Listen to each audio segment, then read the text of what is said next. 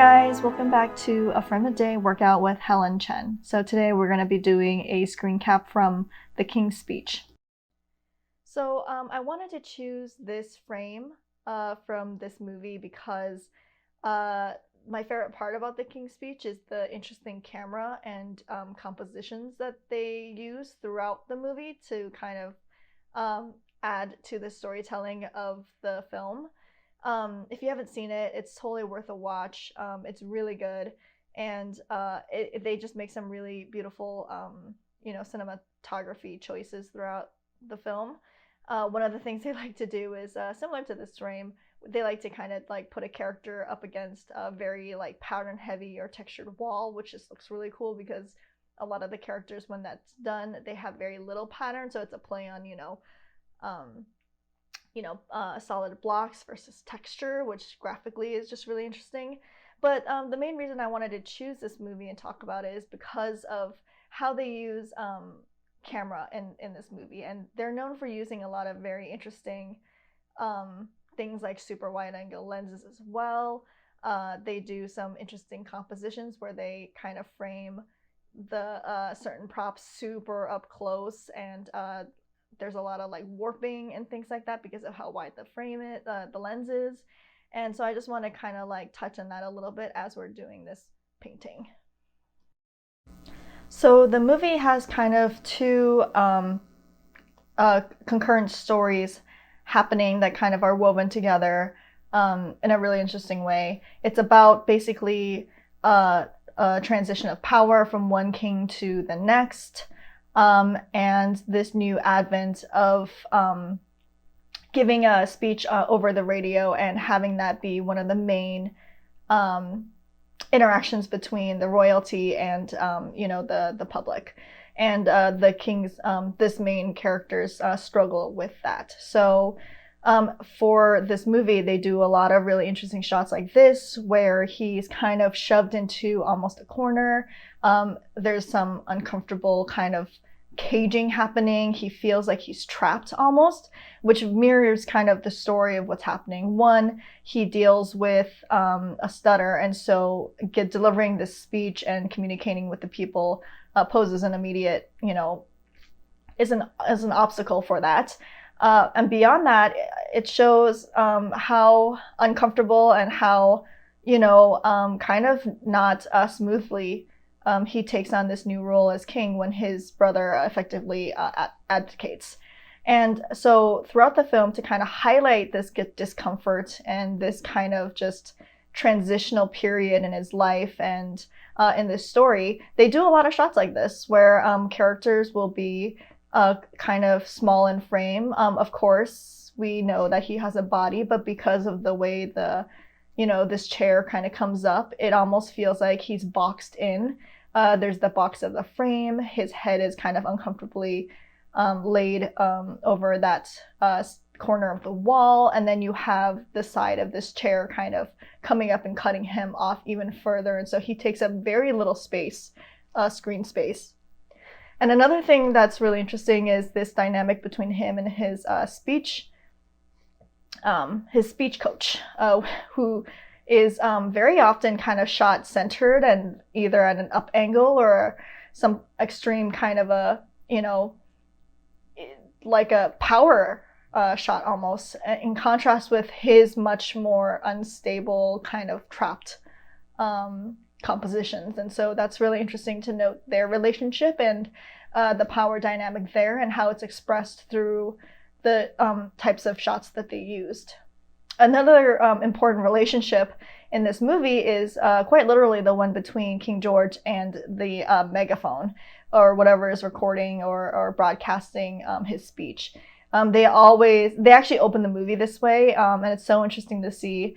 They open the movie when we're in kind of this like radio stage thing, and it's a super wide angle lens, and the megaphone is right there, like, not megaphone, I don't know what it's called, you know what I'm talking about, the microphone, whatever, is very large in frame, and everything else is very kind of like, it's all almost warped, and so it gives it this kind of unsettling feeling to the viewer right away, because that's the big obstacle, it's very like in your face. And a lot of times when we see King George kind of in the same shot as the microphone, he a lot of times is engulfed by it. He's usually behind it. It's either in front of him. It's like super large because of the wide angle lens or something. Or they even have a few shots where he almost seems like it's caging him, where it's kind of like wrapping around him almost.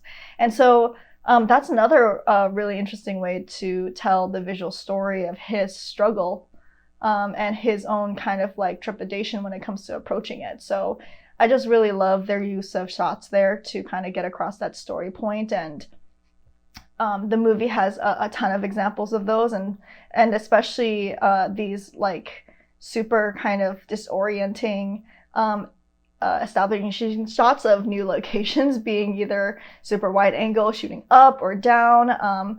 There's this one shot that I'm thinking of in particular with the speech coach, and he's almost kind of like in something like, I feel like it's a church of some sort, and the up angle on him and the church itself is just very it's very powerful at all. It feels almost like godlike, and so they utilize a lot of these tricks to just give the story a lot more impact and kind of like making the viewers feel, this obstacle more deeply, and we're on the ride with King George. And then at the very end of the movie, when he gets like tackles the speech, all of this training, all of this drama happening, is all culminated to the final Christmas Day speech, and he conquers it, and he does a fine job. And so we actually see him kind of staged in the beginning, very similarly like before, the microphone super looming and large in frame. But then as he starts talking and as he starts kind of nailing it, his space in the frame compared to the microphone, it equalizes. They become much more balanced. The lenses aren't quite as wide. They're a little bit more stable. There's quite a few shots where he's centered in frame, feeling very confident without the microphone obscuring him at all. And then we end the movie with a kind of, centered frame of him and his wife standing up against and backlit from a window, feeling very triumphant. And so it's just a super interesting approach to filmmaking and storytelling through the use of camera and composition, and it's definitely worth a watch for those reasons. And beyond that, just the sets that they use, the this example here in this painting, that beautifully kind of colorful textured wall is just so interesting, and it's really quite a stunning film, which is strange considering the last movie I saw of this director's was Cats. So I think this movie far surpasses Cats the musical.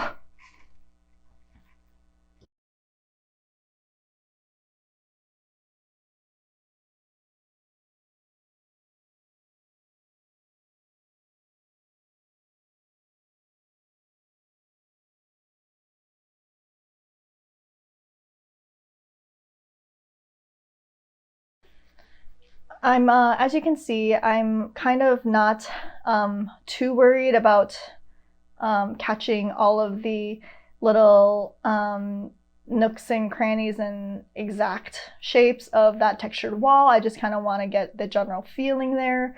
I know at the end I'm going to be using a blur effect to try and capture the depth of field here, because they're shooting right along that wall and it's very clear where that transition happens. But for now, I just want to make sure I get those beautiful kind of like red mauvey kind of desaturated colors next to the slightly more vibrant blues and yellows.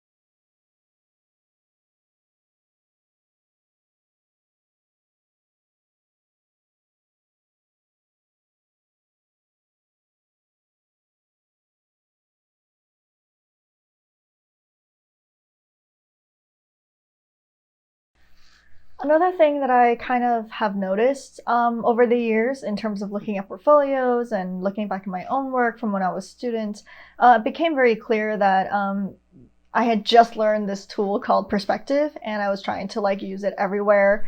But in some cases, having a very complicated wide angle lens in a shot doesn't really enhance the story. And so this movie has a lot of examples of where it does. And so that's why another reason why I kind of recommend this movie for students to watch as well.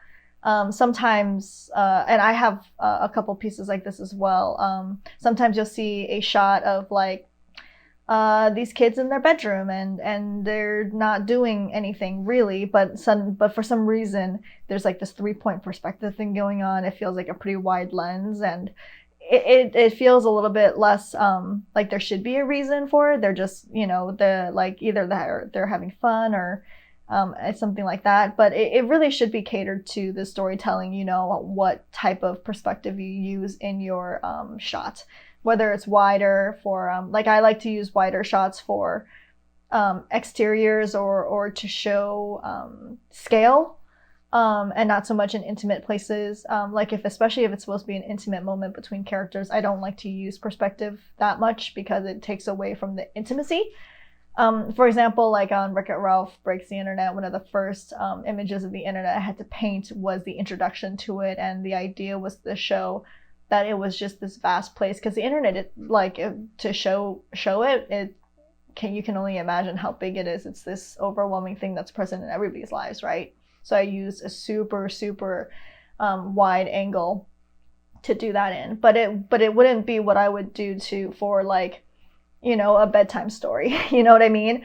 And usually you want to be and there's some general kind of like filmmaking rules out there, for intimate moments. You want a closer in camera, you want, like maybe a more intimate like light source or whatever. There's all this stuff that's very widely known and widely used, and you probably already know this already, but I just want people to be careful with the type of perspective they're using, because it could take away from the story. And that's kind of why I like this shot as well, that even though you can tell that there's perspective, you can tell that the wall is coming forward and receding based on where the camera is placed. Graphically, when we look at it, like if I were to squint my eyes, it reads as a flat shot, which is very much the point. It's almost kind of like it's doing this thing where it's almost like the image is split in half and then half again, and that's where the character lives. So it's still really effective. Perspective is present, but it's not the point.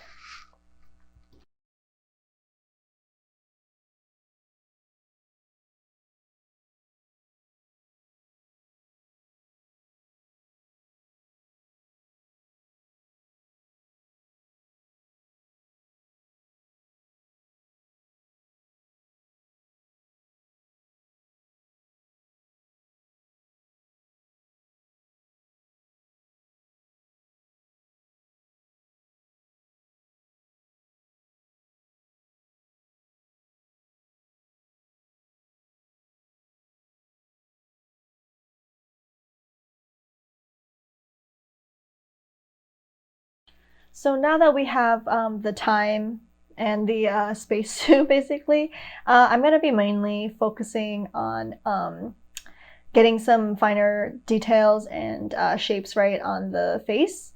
I kind of feel like the beauty of this kind of lighting is that it is fairly soft. It's a little bit cool.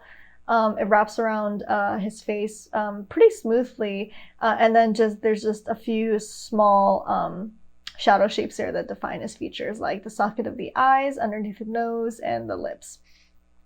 So I'm gonna spend some time trying to get those colors.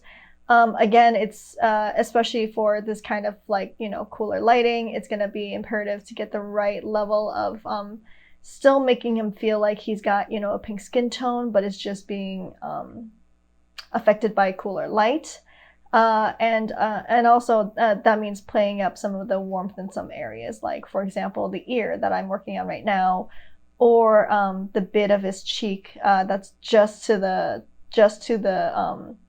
right of his eye socket, like the higher cheekbone area. And then letting, the beard area and the chin go slightly grayer because that's where hair tends to grow and usually desaturates out the colors quite a bit.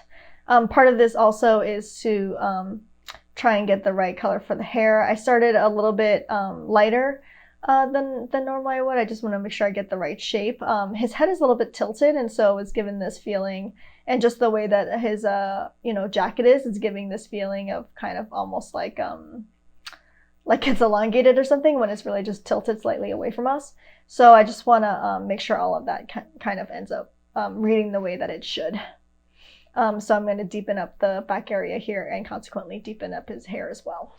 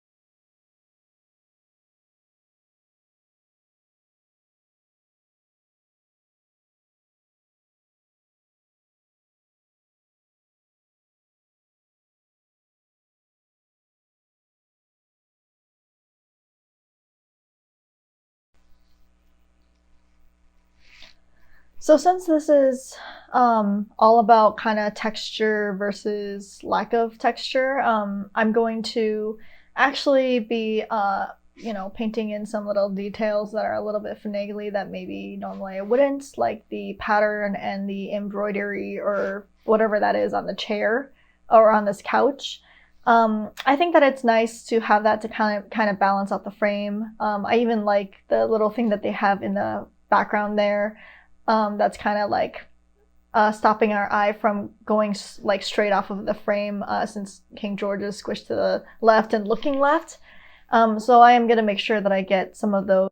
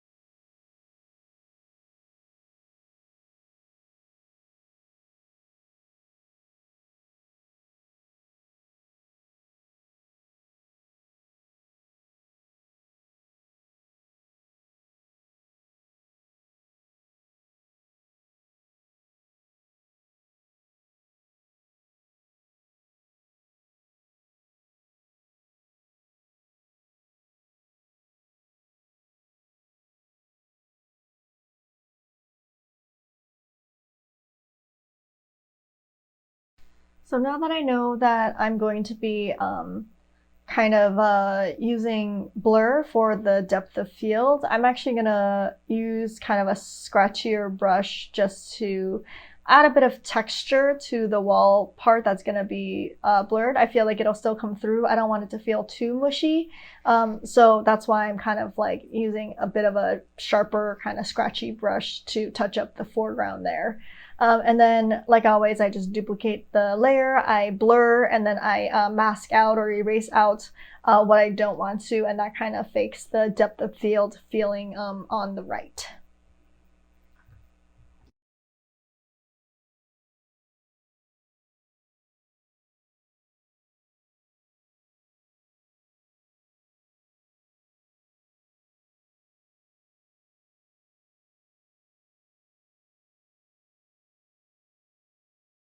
So here's actually where I kind of jumped the gun a little bit. I thought I would kind of wrap this guy up. I created my, I'm creating my noise layer. And I'm taking a look at it and I just feel like parts of it feel almost too soft to me. And I think it's because of that there's not enough contrast between the depth of field area that we blurred on the right there and the more sharp area where his figure is at.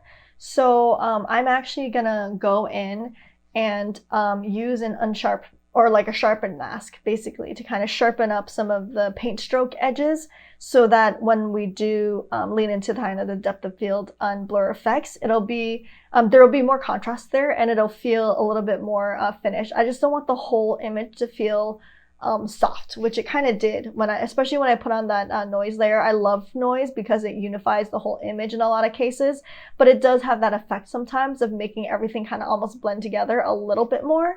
And so that's why I'm going to take that extra step today and sharpen up just the image with a filter and then see how that feels. In an effort to also kind of enhance sharpening that area, I'm also going to go in and do some little nitpicky stuff with the face as well, just to add a little bit more detail to offset that.